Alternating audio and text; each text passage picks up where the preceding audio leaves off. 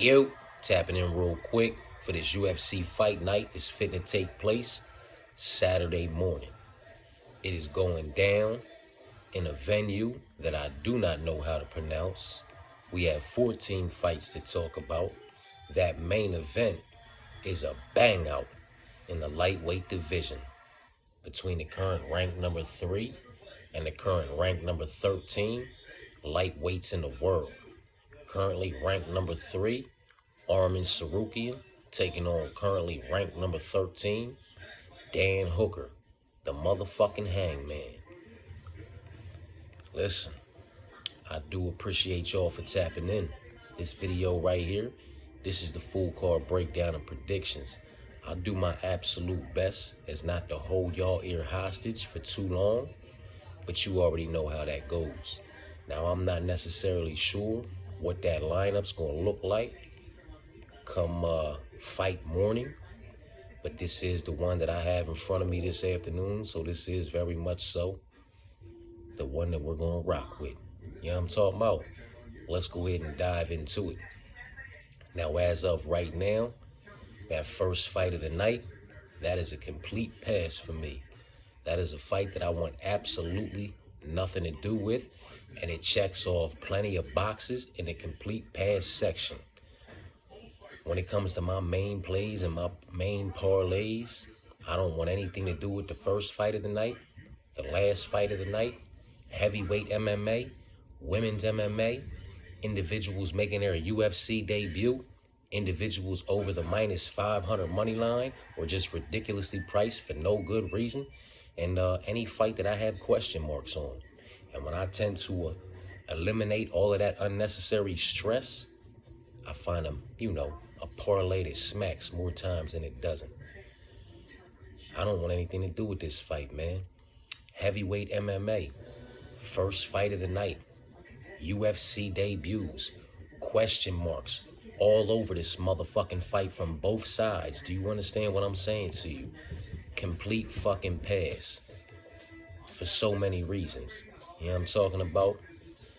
We have old boy, I do not know how to pronounce his name. He's taking on Denzel Freeman. Old boy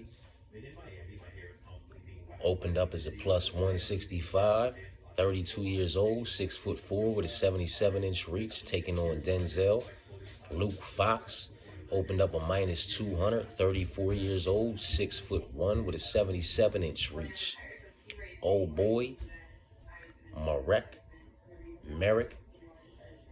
MB. I'm just gonna call him MB because Judezilla, like I don't even know how he's saying that nickname. You know what I'm talking about?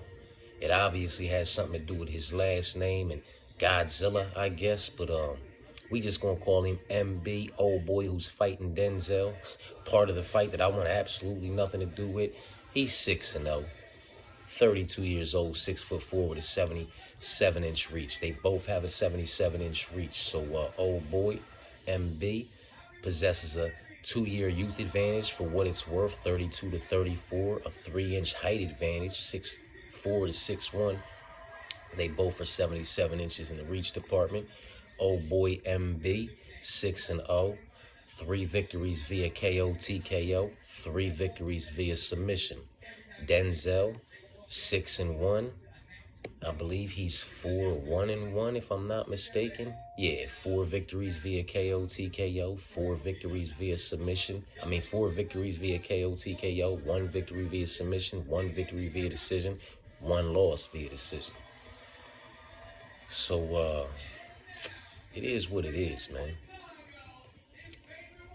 It is what it is. 6-1 has been accumulated up against opposition with combined records of 1, 3, 6, 14 wins and 4 losses. So 6-1 up against opposition with combined records of 14 victories and 4 losses. Really nothing, nothing bad to say about him as far as, all of these prospects and unbattle-tested levels of opposition are concerned. I've seen a lot more horrendous records at 6-1. 3 knockouts, 3 submissions for MB. That 6-0's been accumulated up against opposition with combined records of 1, 3, 9, 22, 25 victories, and 1, 3, 9, 13, 25, 30 losses. You understand what I'm saying to you? Like, there's individuals whose old boy 6-1 is accumulated up against opposition with combined records of 14 victories and 14 losses. 14 victories and 4 losses. This dude 6-0 has been accumulated up against opposition with combined records of 25 victories and 30 losses. You know what I'm talking about? It's just, what the fuck is gonna happen? He doesn't know what it's like to go to the cards. He doesn't know what it's like to lose. He doesn't know what it's like to taste defeat. He has 6 combat sports, bouts. No amateur career. Nothing outside of mixed martial arts. As far as, I can see, man. 6-1, has an amateur career. Lost via unanimous decision. He was 4-1, 5 fights in amateur bouts. 4-1 there. 1 loss came via decision. 6-1 as a professional. 1 loss comes via decision. He knows what it's like to go the distance. He knows what it's like to go the distance and get it done over the course of 15 minutes as well. He has 1 victory via decision, 1 victory via submission, 4 victories via knockout. Does he accumulate another victory via decision? Does old boy MB go the distance for the very first time? Or does he find himself keeping that 100% finish rate intact and getting caught, clipped, and disconnected from his consciousness by Denzel, or possibly placed in a compromisable position from a club and sub type situation and submitted by Denzel? How the fuck is this fight gonna go?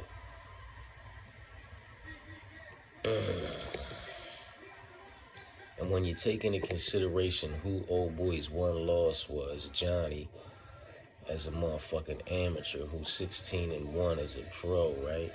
Johnny's 16-1 as a pro, right? Yeah, with his 1 loss coming in his last bout via rear naked choke. I'm just saying, it's not a bad loss on the amateur record.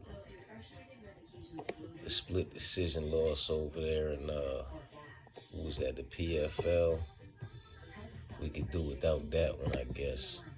This is a messy one, man. This is a messy one. On paper, I guess, even with the 1 loss, one might want to believe that Denzel's going to be the one to come out here and get it done. But who the fuck knows, man? Who honestly knows at this level, man? It is what it is. I'm not pick switching. I'm staying where I'm at. We are in the doghouse. Fresh start mixed martial arts, man. Kicking it off with a fucking dog. MB. I don't even know how to pronounce old boy's name or his nickname. Taking on Denzel Freeman, Luke Fox. Boy, oh boy, what a shit show, in my personal opinion. Moving on, man. We have Narulo, if that's how you would say his name, taking on Shaquem, however you say Rock's name, Sheem. Who the fuck knows how you say these individuals' names, man? Narulo's taking on motherfucking Rock. You know what I'm talking about? Narulo opened to -340, 24 years old, 5'10" with a 72-inch reach. Sheem, plus 250, 32 years old, 5'11" with a 73-inch reach. So Narulo, 8-year youth advantage, 1-inch height disadvantage, and a 1-inch reach disadvantage. None of which I feel like Sheem will be able to use to his advantage. I think Narulo's going to get this one done. And I can see him getting this one done inside the distance. If we being honest, he has 8 victories via decision. So he is somewhat of a decisionator.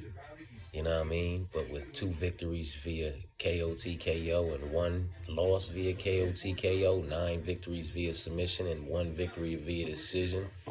Sheen, the boy Rock, is very much kill or be killed. He's coming to fucking fight. He's coming to get you the fuck out of there, or get put the fuck out of there. I don't know that this one goes the distance because of the pressure, because of the way that Rock approaches a fight, man. He's very aggressive, especially in the wrestling and grappling. Don't know that that's going to work out too well for him in this matchup. Give me Narulo to get this one done via submission. What's he have? He has no submission victories, 2 knockout victories, 0 submission victories, 8 decision victories. And Rock's been knocked out once, has 2 knockout victories, 9 submission victories, and 1 decision victory, man. This could go the distance, but I don't see it going the distance just because of the way Rock fights. I feel like he's going to put himself in a compromisable position, and Narulo's going to fuck around and secure his first ever victory via submission. You understand what I'm saying to you? Just by using the forward pressure and aggression from Rock against him, and letting him slip up and slip himself into a compromisable position. Now, he might get caught, clipped, and disconnected from his consciousness as well, because Narulo can crack. He possesses, a bit of pop in each and every one of his individual shots. So Rock might just walk into something as well, a knee, an uppercut, a 2 down the pipe.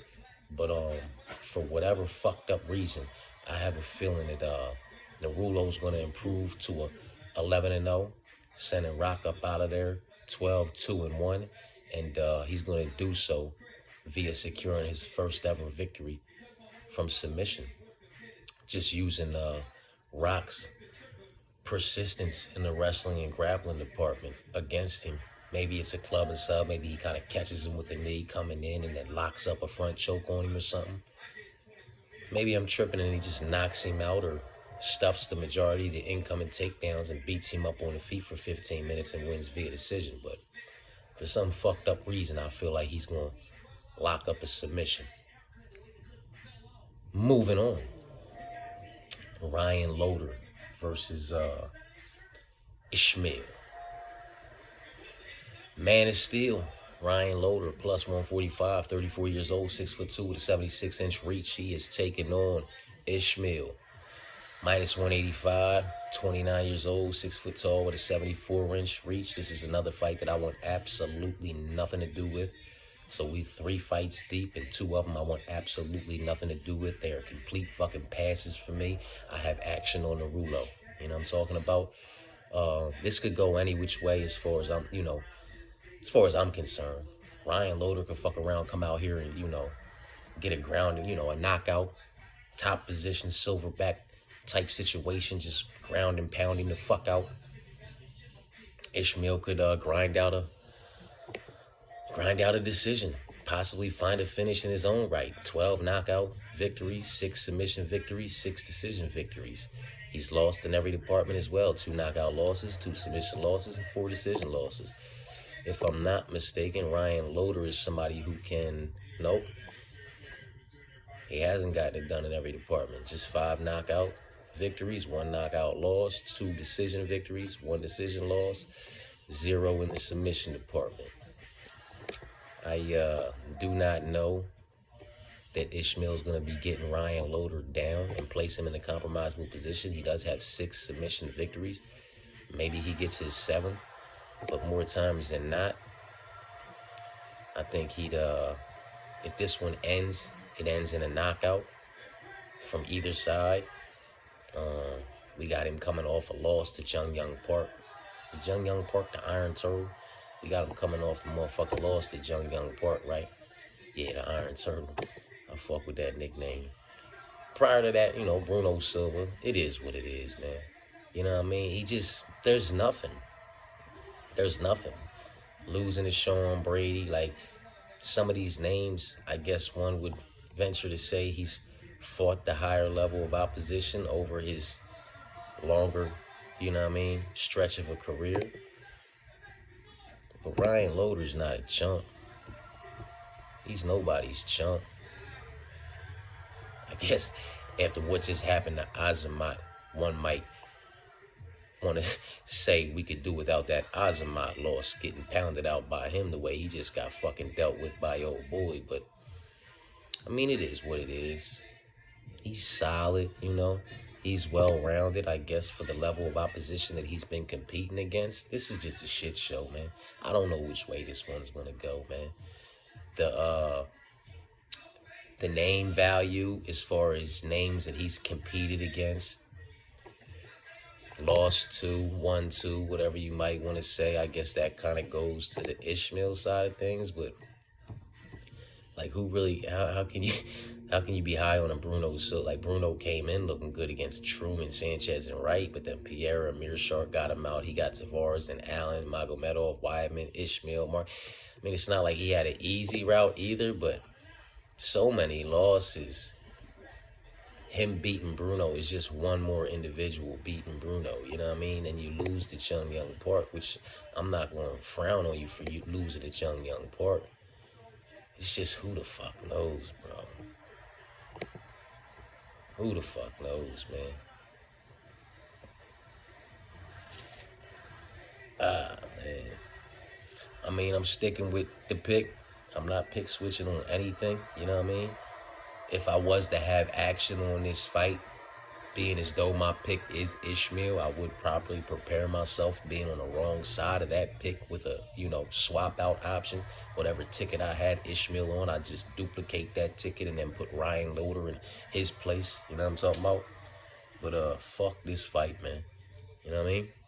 Ishmael's the pick, but with absolutely no confidence. You know what I mean? Moving on. This is one of the most interesting fights on the card to me. You know what I mean? We have the Tehran Warrior. Is that who's taking on Ilya's older brother? I was corrected. I was saying it was Ilya's little brother. You know what I'm saying? Ilya's little big brother. How about that? This is little big brother. You know what I mean? But Ilya's little big brother. You know?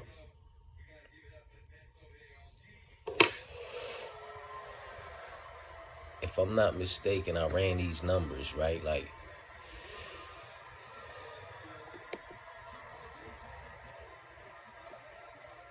it was like 30 something and like, yeah, I ran these numbers. The level of opposition is nowhere near in comparison. You know what I mean? Now, I know, old boy, the Tehran Warrior, whatever his name is, 12-2. Let's do that first, my bad. The Tehran Warrior, they opened up and they're even, -115, almost pick'em type situation, I believe.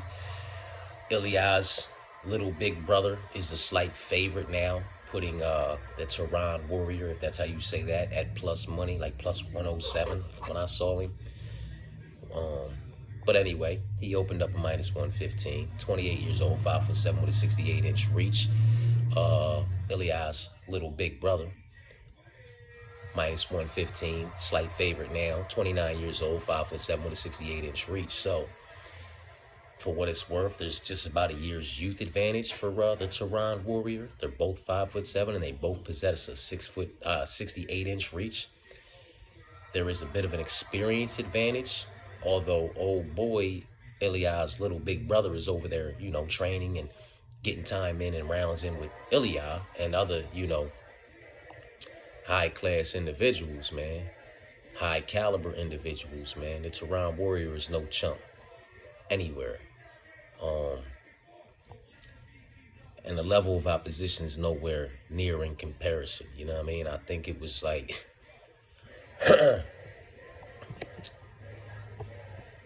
The 6-1 has been accumulated up against opposition with combined records of 1, 8, 9, 12, 19, 19 victories, and 3, 4, 22, 31, 32 loss. Like, the 6-1 has been accumulated up against opposition with combined records of 19 victories and 32 losses, bro. Like, 1, 8, Now, granted, 7, 18, and 1 is one fighter, so a lot of these numbers come from that fight. You know what I mean? Let's not get that fucked up. But 1 and 9, you know what I'm saying? 0 and 3, 1 and 1, 0 and 0, 7, 18 and 1, 1 and 9, 3 and 1. Like, these are just not good numbers, and it's not a great level of opposition. It's 1, 8, 9, 12, 19 victories. 3, 4, 22, 31, 32 loss. So it's 6 and 1 accumulated up against opposition with combined records of 19 victories, 32 losses, and 1 draw. Just not a great level of opposition at all. You understand what I'm saying to you? We're on the other side. The 12 and 2 has been accumulated up against opposition with combined records of 143 victories and 39 losses, if I'm not mistaken.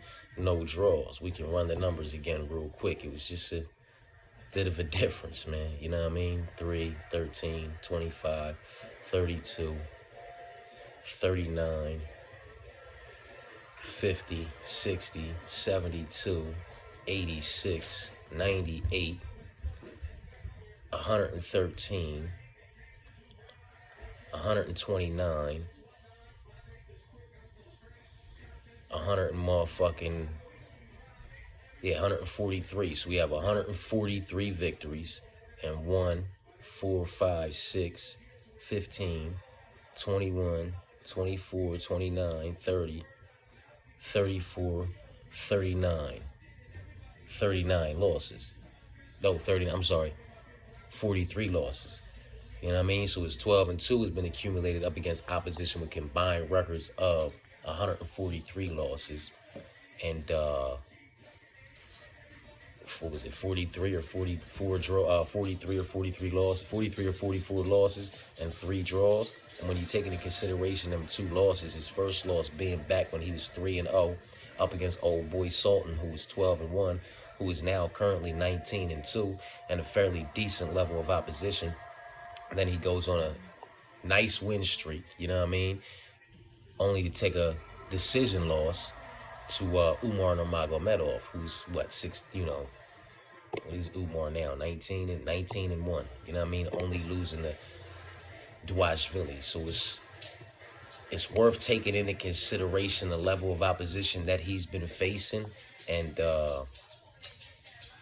you know, when he took those 2 losses, one was via submission and one was via decision. The submission was his 3rd fight up against 12 and 1, who's currently 19 and 2, and the decision was against Umar Nurmagomedov. And in between, he's just faced the higher level of opposition, and he's been a lot more active. Ilya's little big brother, you know, he was knocked out back in 2015, but 3 of his fights were in 2015. He was knocked out in his last one. He didn't fight again until 2021. Then his next fight was canceled. He fought again in 2022, 2023, and then 2025. You know what I'm saying? Like, that is it. He fought in 2015, April, May, and again in May, which was too quick of a turnaround, obviously, because he got knocked the fuck out. Then he did not fight again for 6 years until 2021, where he won by knockout. Another fight was canceled in 2021. He fought again in 2022, where he won via ground and pound. 2023, he won via ground and pound. Cody Haddon fight was canceled in 2025, and then he fought Kobe. So the Cody fight was canceled, but the Kobe fight took place. He has not been active.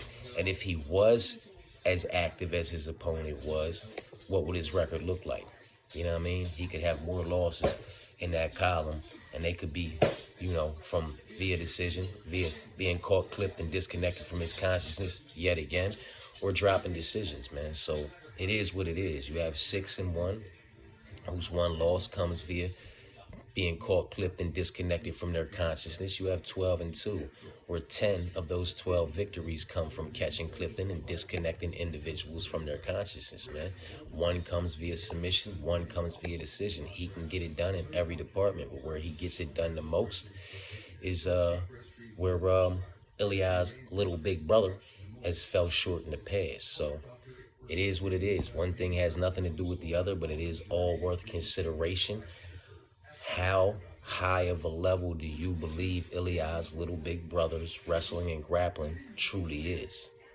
Nowhere near as elite as Umar Nurmagomedov's, in my personal opinion. He's going to have to dominate in that department to make sure this fight does not stay upright at all, because he's going to risk getting fucking clipped. He's going to risk getting cracked. Old boy can fucking smack from anywhere, any angle. Every shot possesses just a bit of pop. You know what I mean?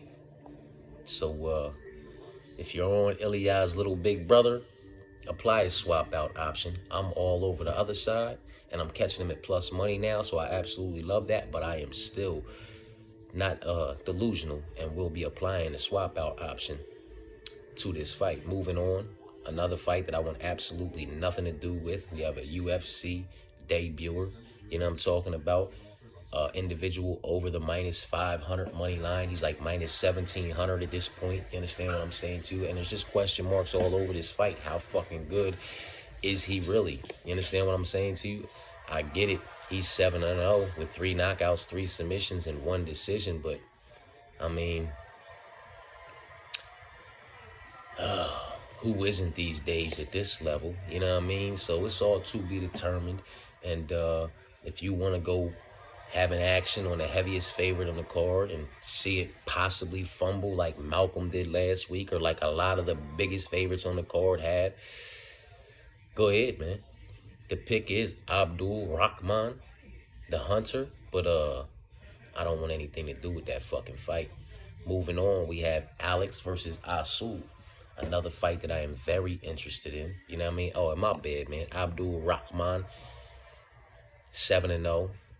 Open to minus 1,000, 24 years old, 6'2" with a 78-inch reach. He's taking on Hafel, 11-3. The line open to plus 560, 35 years old, 6'3" with a 76-inch reach.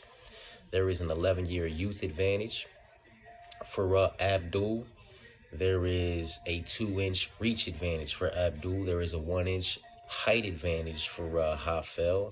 And who knows how either one of these young men will use any of these physical attributes to their advantage, man. This one is very much so to be determined. And I don't want anything to do with the fight. Moving on. Alex versus Asul. Again, you know, just because I'll apply a swap out option on 1 or 2 of my tickets to this fight. I'm all over Alex, especially at plus money. I don't believe Asul is that dude. You understand what I'm saying to you? And he does get hit, and that's not a good look. When you're looking to go in there and be the more dominant wrestler and grappler, and that's not what I believe to be the situation in this case, and you get hit, it's a no-brainer for me. Alex will stuff the majority of the incoming takedowns, if not secure a few of his own via a reversal type of situation. He might find a submission. He might just catch, clip, and disconnect this young man from his consciousness. Something fucking vicious. You understand what I'm saying to you? I think this is a very bad matchup for Asul, but to be determined. You know, he had problems with Manel, and the way Manel was catching him and cracking him, you know, Alex catches him and cracks him like that, he's going to go to fucking sleep, in my personal opinion. You know what I'm saying? Tagir Ulanbekov knocked him out, you know what I mean? And am I tripping? Yeah, Tagir Ulanbekov has 1 knockout fucking win. 8 submission wins and 8 decision wins with 2 decision losses. That is the only motherfucker Tagir Ulanbekov has ever caught, clipped, and disconnected from their consciousness. That motherfucker, that's why I'm like, hold on. He don't knock people out, man. That ain't what the fuck he do, man. So it's like, you know, you get knocked out. Granted, it was some time ago, but you get knocked out by some individuals who just don't crack, like an Alex Perez. And then you get knocked out, you know what I mean, by Manel Cop, man. So I really don't see him lasting 15 minutes with an Alex Perez. Not the way he fucking cracks. I'm telling you, he possesses a bit of pop in each and every one of his individual shots. He's fucking nasty like that, man. And the wrestling is at an elite level, in my personal, I mean, that's factual. You know what I'm saying? So, like I said, maybe 1 or 2 tickets. I'll duplicate them and apply the swap out option. But I don't even like disrespecting Alex like that because I really don't see a night where Alsu wins, man. You're getting knocked out by Tagir. You're getting knocked out by Manel. Alex hits harder than fucking both of them, and he's a bit faster, in my personal opinion.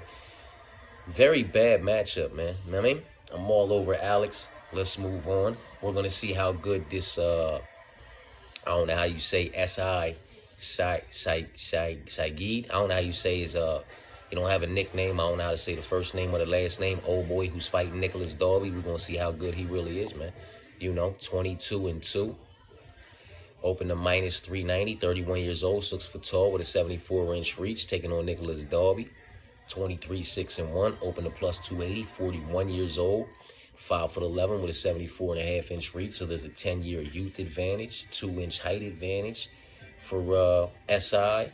And Darby has a half-inch reach advantage and a hell of an experience advantage, in my personal opinion, because that 22-2 has not been accumulated up against the level of opposition, in my personal opinion, that Nicholas Darby's 23-6-1 has been accumulated against. Now that's to be determined, man. To be determined. Some of these individuals over here that old boy ran through might really be them dudes. You know what I'm talking about? We gonna find out, man. 12 submission victories, 4 knockout victories, 6 decision victories, 1 submission loss, 1 decision loss, man. You know? And Darby, 7 knockout wins, 4 submission wins, 12 decision wins, 5 decision losses, 0 submission losses, and 1 knockout loss. Well, ain't that about a bitch? Wouldn't that be something? 12 submission victories. Hey, man, fuck it, man. Fuck it. Leon just got knocked out for the first time by Carlos Prats. How about Nicholas Darby gets submitted for the first fucking time by old boy, man? Give me old boy via submission, man. You know what I'm talking about? Fuck it. You know what I mean? Just because it ain't never happened, you know, you stayed around long enough. You fucked around and you found out. Now you're getting choked out. I like that. Let me get that, man. I'm gonna play on that, man. Plus, it's still a respectable number. It ain't above minus 500. It's minus 390. So him to get it done via submission is gonna be a respectable number for a parlay piece, man. Moving on, we're gonna see how good this Luke kid is. He's 11-0. Luke and Rock, the boy Shamrock. You know what I mean? Shaquem Rock or whatever. They both fight over there in one of them camps with Patty Pimlet. You know what I'm talking about? So let's see how good these kids really are. You know what I mean? He's 11-0. He's taking on Bogdan Grad, who's 15-3. But you know, Tom Nolan and Muhammad Naimov, they might both have given this Luke Riley kid a loss, and he might be 11-2 right now. You know what I'm saying? Or 9-2 right now. You understand what I'm saying to you? But Luke Riley, 11-0, opened up a minus 265, 26 years old, 5'9" with a 69-inch reach. He's taking on Bogdan, the Unleashed, plus 200, 30 years old, 5'8" with a 70-inch reach. So there is a 4-year youth advantage for Luke, a 1-inch height advantage for Luke, and a 1-inch reach advantage for the Unleashed Bogdan. And I would venture to say maybe a slight experience edge. Not just because he has 18 fights to his 11 fights, but because he's, you know, over the course of these 18 fights, maybe just with Tom Nolan and Muhammad Naimov, he's fought a slightly higher level of opposition. Listen, complete pass, man. Complete pass. If I do put a haymaker or a Hail Mary in where I'm just kind of, you know, trying to get a little 10-legger, smack on a 10-legger or something like that, an 8-legger or 10-legger or something like that, maybe I'll include this fight, but I'll have to duplicate it and go the other way with the swap out option because Bogdan might come in here and get this one done via decision. He might grind this kid out. This kid has 8 knockout victories and 3 decision victories. Bogdan, 9 knockout victories, 3 submission victories, 3 decision victories. 2 decision losses and 1 knockout loss, man. So we gonna see how good this Luke kid is, man. Maybe Luke can come out here, catch clip, and disconnect Bogdan from his consciousness, which has happened before, and improve to 12-0 with 9 knockout victories. You know what I'm saying? Luke is the pick, but there's no confidence behind it.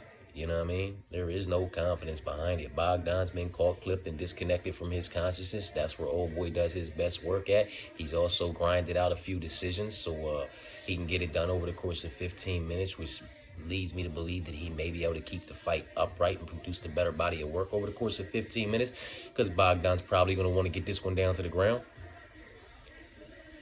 Still to be determined. I watched a bit of tape on him, but only what I could find. So, Luke's the pick, man. But we're going to see how good this kid is. Moving on. Horiguchi taking on Ulan Bekov. The man the man whose one and only knockout victory comes from knocking my man down the card the fuck out. You know what I'm saying? Asul Amabayev.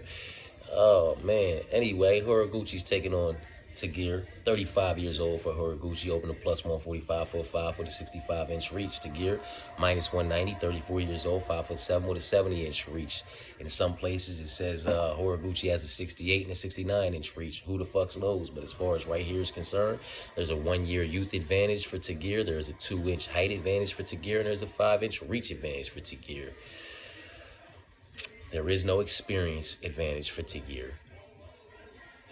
Honestly, like that is up in the air, and I would probably have to say it goes on over to the side of motherfucking Horiguchi, man. Horiguchi is a motherfucking animal. He's very solid, very well-rounded. He's proven that he can be very fucking dangerous. There is a reason that the only time he lost inside the UFC octagon was to Demetrius Mighty Mouse Johnson for a motherfucking title fight. You understand what I'm saying to you? And since then, man, he's done fairly fucking well for himself. You know what I mean? Dropped the motherfucking fight to Sergio, but got that motherfucker back in the rematch. You know, Tagir's solid. Tagir's well-rounded, man.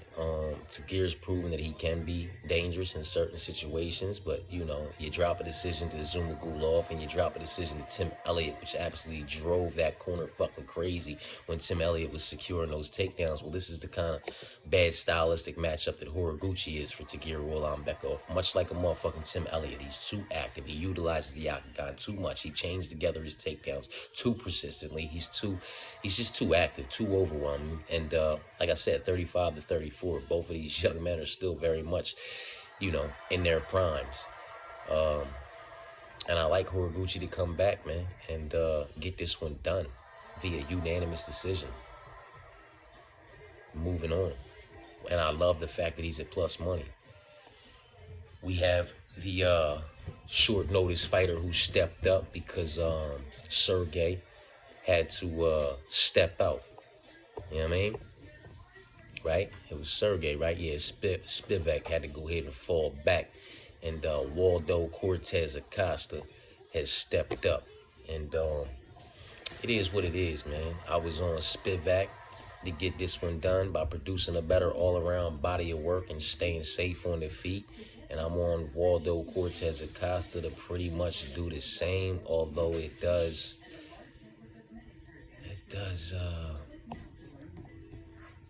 get a bit shaky when you start talking about fights so close, because Waldo does cut weight. Like, Waldo's not a heavyweight that comes in at 238, 240, you know what I'm saying? So he's not cutting weight. It doesn't fucking matter that he fights again in a couple weeks because he's not cutting weight. He's just coming in there in the best shape that he can come in, that motherfucker in. It's 248 or it's 253. No, he comes in at 263 or 264 or 265 or 266 because he's fucking cutting weight, man. You know what I mean? And he just cut weight and fought on November. He fought in August. September, October, November, turned around 90 days, and he fought motherfucking Ant, got Ant out of there quick. You know what I mean? Got poked in the eye or whatever, and then threw that motherfucking cross on him and got him out of there quick. But now here we are. We are still in the month of November, you know what I mean? And he will be cutting weight again, because I know after that fight, he went and he ate, you know what I mean? And he got himself right. So that is to be taken into consideration.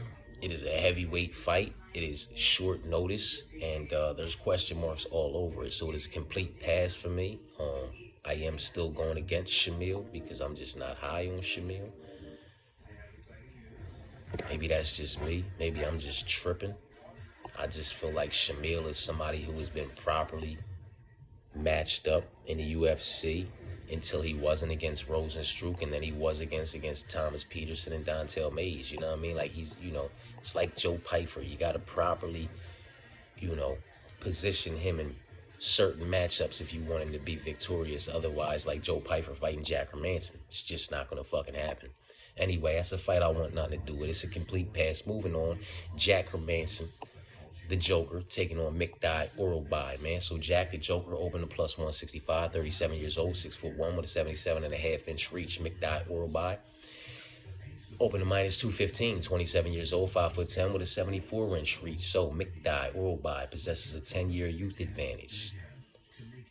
The 4-inch height advantage goes to Jack. The 3.5-inch reach advantage goes to Jack. And the hell of an experience advantage goes to Jack. The resumes are undeniably incomparable. I know Jack is dropping down from middleweight to fight at welterweight.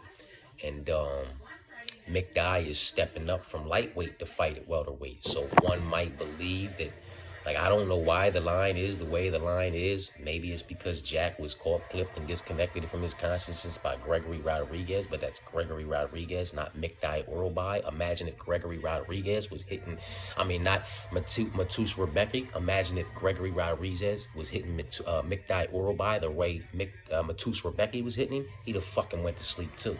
You understand what I'm saying to you, man? It is to be taken into consideration, man.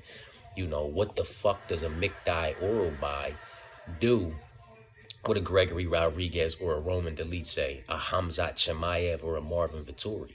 You know what I mean? Or a Jared Cannonier or a Thiago Santos. Like these, because the Gerald Mearshardts, the David Branches, the Jacare Souzas, the Talis Laties, the Calvin Gaslams, the Edmund Shabazians, the Chris Curtises, the Joe Pyfers, man, they lose to Jack Hermanson. And I get it. He's coming down. He's making his debut at 170. This isn't 185. It's going to be a harder weight cut than the 185 was. So people might feel like that's going to be a bit detrimental to him. It might take a little bit more out of him. Whatever the fuck people are thinking, man. I don't fucking know. I still don't get it. Like, Mikdai Orobai got fucking worked on. That boy he had an eye on top of an eye on top of an eye from motherfucking Matus Rebecki, just because if he can't get this thing down to the ground, and I don't know that he's going to be able to get Jack Manson down to the ground and just do whatever he wants to do with Jack. Jack has very respectable takedown defense, and that takedown defense that statistic has been accumulated against a very legitimate level of opposition. You understand what I'm saying to you? So it's like, come on, you got Euro Smetsik down, and your neck cranked Euro Smetsik. Congratulations, man. You know what I mean? Congratulations, man. Like, he beats Muslim Silikov in his 40s. Gilbert Ubrina, who cares? Timothy Means in his 40s. Matthew Sellensbigger, who cares? He loses to Jalen Turner, Mikdai Orobai, and Punahele Soriano. Like, who the fuck cares? Elvis Brenner, who cares? Matus Rebecki was putting it the fuck on him. And then you beat the boy Tafiq. Now you're stepping up and you want to fight Jack Hermanson, man. Where, like, I get it. He's coming off a loss to Gregory Rodriguez. But like I said, what the fuck does Mikdai Orobai do to Gregory Rodriguez? Or if Gregory Rodriguez starts cracking on him? Absolutely nothing. What does Mikdai do with Joe Pyfer? To be determined. What does he do with Roman Delice? Absolutely nothing, in my personal opinion, because he's not going to be strong enough in that department. Chris Curtis, maybe he can get a dub. Sean Strickland, Hamzat Chimaev, he takes a loss.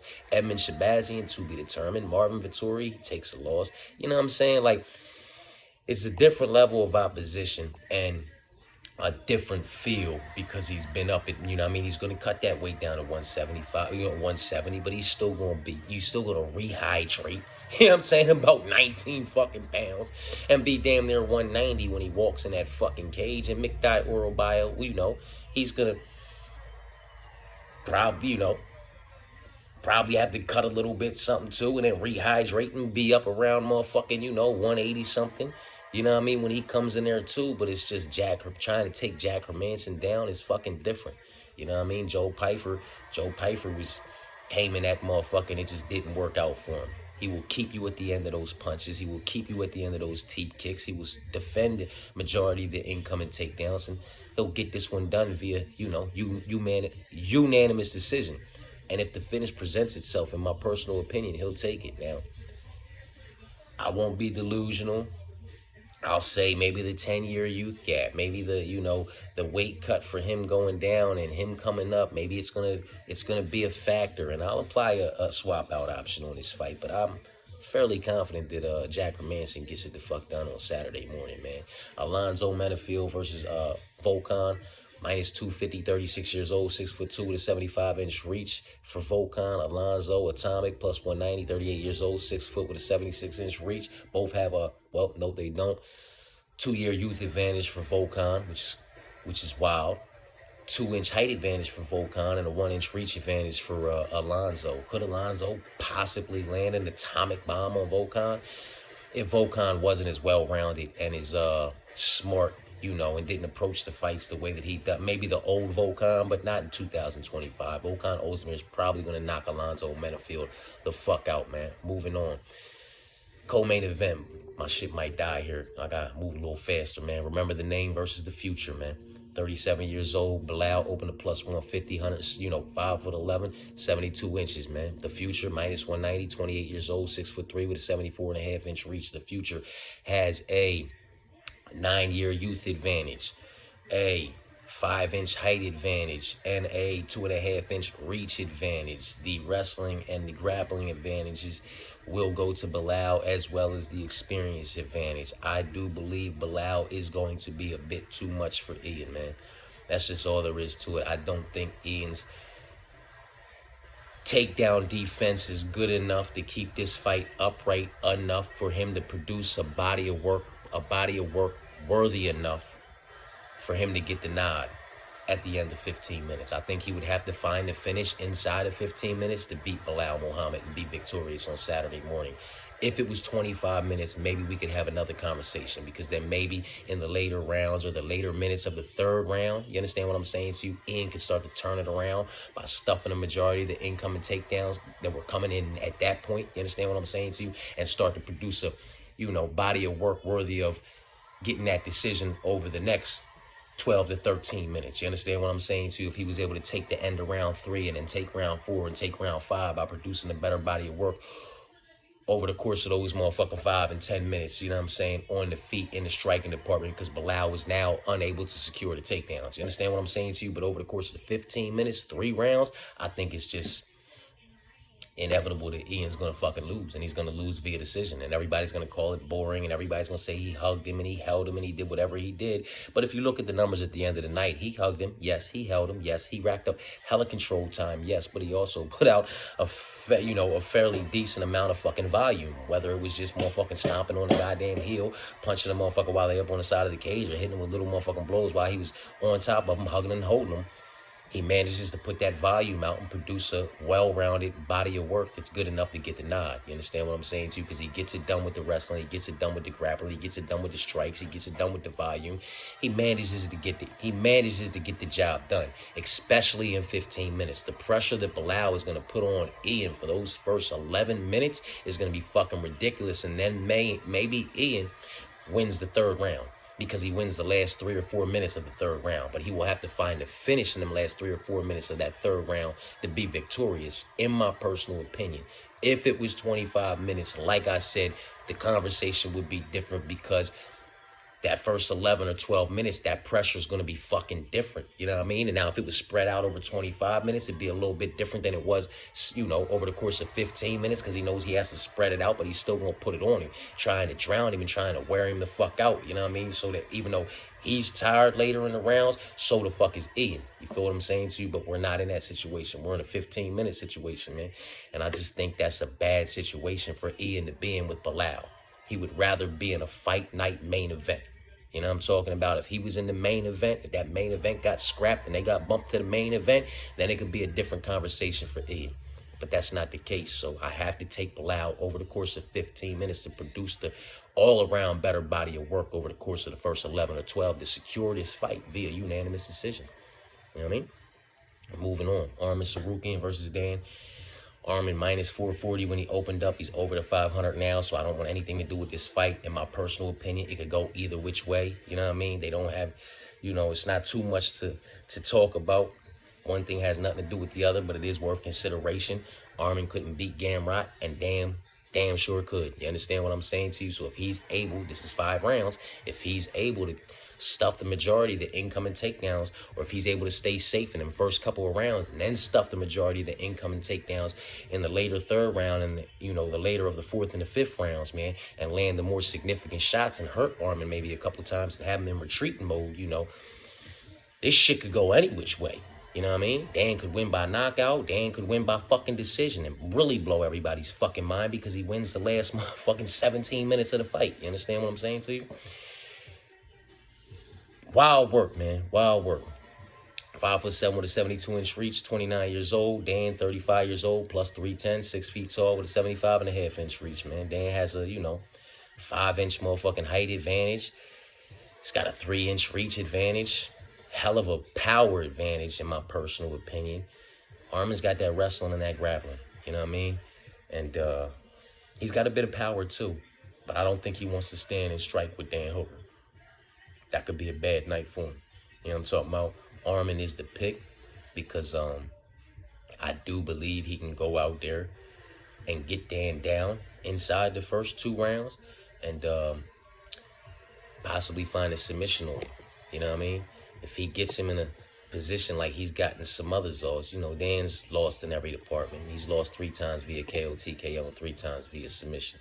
You know what I'm saying? And Armen's got it done 9 times via KO, TKO, and 5 times via submission. So if this goes the distance, man, this shit could get real fucking spicy. But Armen's the pick, man.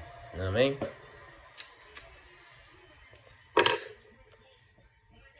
Armen's the pick, but I'm rooting for Dan if we keeping it funky, man. If he catches clips and disconnects him from his consciousness, I'll go fucking crazy. You know what I'm saying? But yeah, that's that with that, man. From the bottom to the top, one more again, we can run through this motherfucker, man. That first fight, heavyweight fight of the night, individuals making their UFC debut. Question marks all over it. It's a complete pass. It's Old Boy versus Denzel Freeman. Old Boy's the pick, but I don't want anything to do with this shit. Confidence in Narulo over Rock. I don't want anything to do with Ishmael versus Ryan. Ishmael's the pick, but there's no confidence in that shit, man. I have a fair bit of confidence in the Old Boy, the Tehran Warrior, that's taking on Topuria, Ilya's little big brother. You know what I'm saying? But out of respect, I'm going to apply the swap out option. I don't want anything to do with the Hunter, Abdul Rahman, who's taking on Hafel. That's a complete pass for me. Hopefully he justifies his price tag. I'm on Alex's side of things when it comes to the Asu fight. I'm on Old Boy to get Nicholas Dalby out of there via submission for the very first time. Who knows what's going to happen. See how good Luke really is against Bogdan. I'm on the Luke side of things, though. I'm on Horiguchi to get Tagir out of here via unanimous decision. I'm on Waldo Cortez Acosta in some way, shape, form, or fashion. I'm on Jack Hermanson to be successful with his welterweight debut. I'm on Volkan to go ahead and knock Alonzo the fuck out. I'm on Bilal to get it done via unanimous decision. And I don't want anything to do with this main event. Armen's the pick, but I'd like to see Dan go ahead and disconnect him from his shit. You know what I mean?